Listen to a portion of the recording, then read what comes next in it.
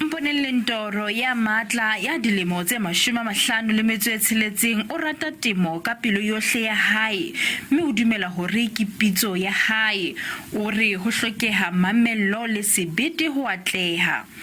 Ka 2008 Lentoro fumane polasi mmusong mme a qala ka ho lema yaba ka 2010 o rua diphoofolo.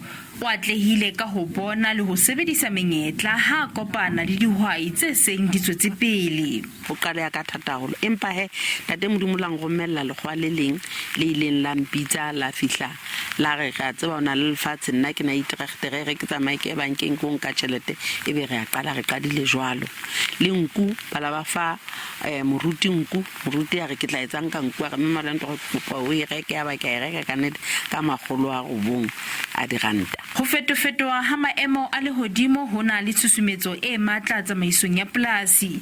Lentoro o re o se a ile a thefulwa ke komello le dipula tse matla tse hoholang dijalo. Re lema lefatshe le sa nwesetsweng leo re lebeletseng pula re ka kgona ho lema ha pula e le teng ka nako ngwe pula ya potlaka ene haholo.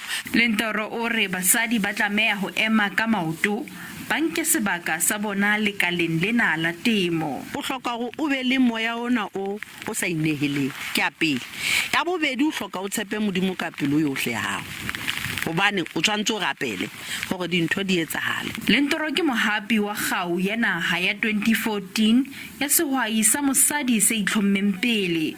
O re o fumane monyetla mmusong wa ho itshorisa kapa hona ho ithuta haholwanyane ka temo ho phatlalla le naha mmoho le mose ho mawatle. Makgala Masiteng, SABC News, Bloemfontein.